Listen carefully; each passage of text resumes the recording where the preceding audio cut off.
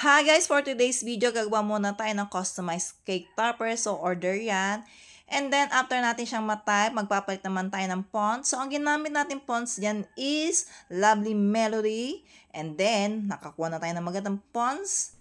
I-resize naman natin. Siyempre, ang size na susundin is customer's choice. Kasi nga, customers is always right, not left. So, guys, ang gamit nating cutter plotter is Cricut Maker. Then, after natin yan is, so, iseset na natin siya sa ating Cricut Maker. At this point naman, magseset naman tayo ng ating paper type.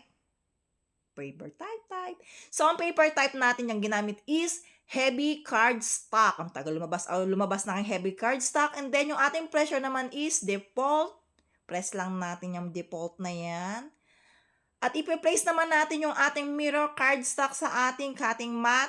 At ilalagay naman natin sa ating cutter plotter na Cricut naman. Siyempre, Cricut Maker lamang yan. And then, ayan na nga. Nagkakat na siya ng bonggang-bongga. So, mabilis lang siya mag-cut, promise. And then, after naman mag-cut, so, carefully naman natin siyang i-remove kasi nga pag mabilisan, masisira ang ating material. So, mag-Juliet na naman tayo dyan pag nasira.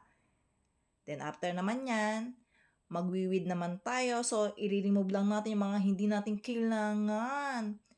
Medyo madikit pa rin dyan ang ating mat kasi nga bago. Bagong naluluma siya, promise. At ayan, sa parting yan, medyo may nagpasaway siya, promise. At malapit na siyang matapos. At after naman natin yung matanggal yung mga hindi natin kailangang bagay-bagay, so carefully naman natin siyang i-remove sa ating mat kasi nga pag mabilisan, masisira naman ang ating material. So ibig sabihin, pag nasira ang material, so wala nang kikitain. And finally, we're done. Thank you sa panonood. Hanggang sa muli. Bye!